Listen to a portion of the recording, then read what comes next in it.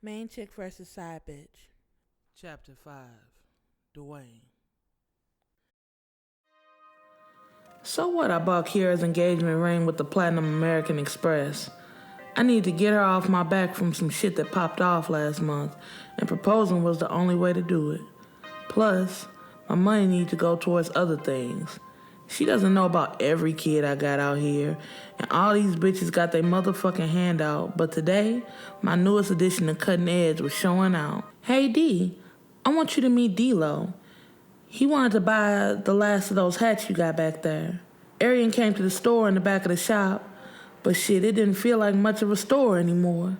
Since this morning, she was bringing niggas in left and right. Dope boys that had cash to spend, and they spent it all with me, buying out almost all of my inventory, leaving the walls and the shelves practically bare. I was so damn busy, I ended up missing my son's basketball game. I gave the dude in front of me some dap as he looked over the last few hats I had laying on a display case. I'm gonna go ahead and finish up my client. She smiled and winked at me as she walked away. This bitch had brought me more money in one day than anybody else in this shop. As she walked off, I watched her ass swaying. Nothing made me want to fuck more than counting money.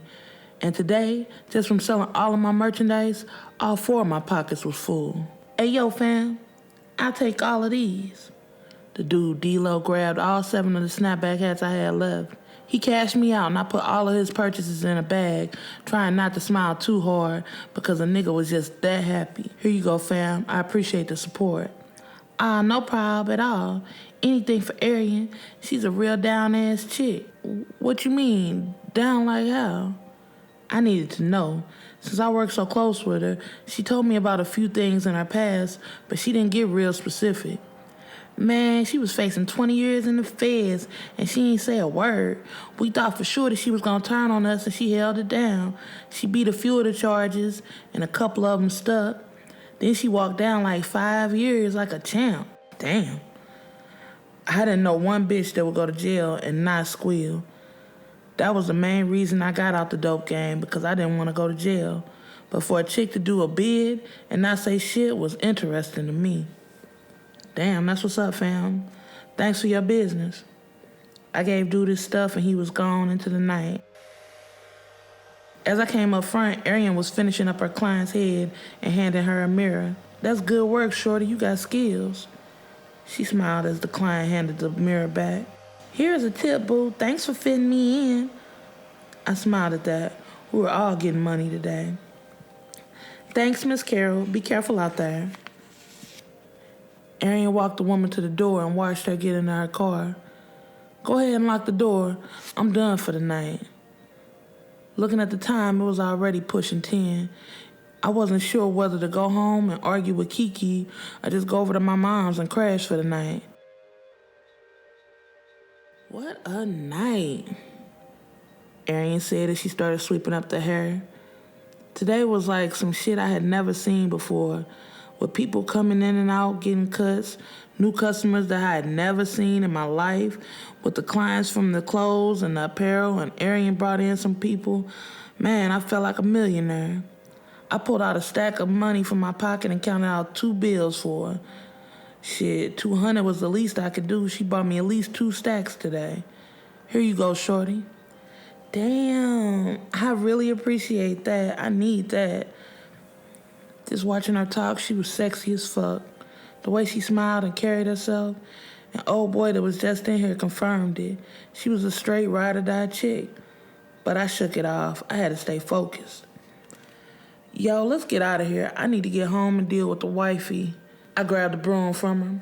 Cleaning crew coming through tonight anyway. They'll get this shit up. Damn, y'all got a cleaning crew?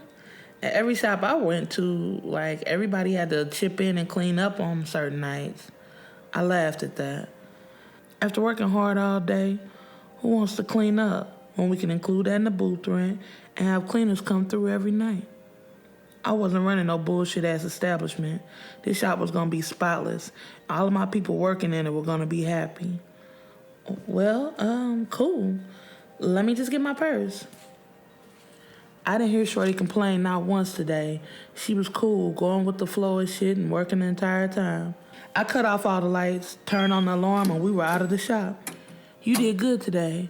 You keep bringing in customers like that, and I'm gonna keep kicking you down a commission, I told her as I locked up.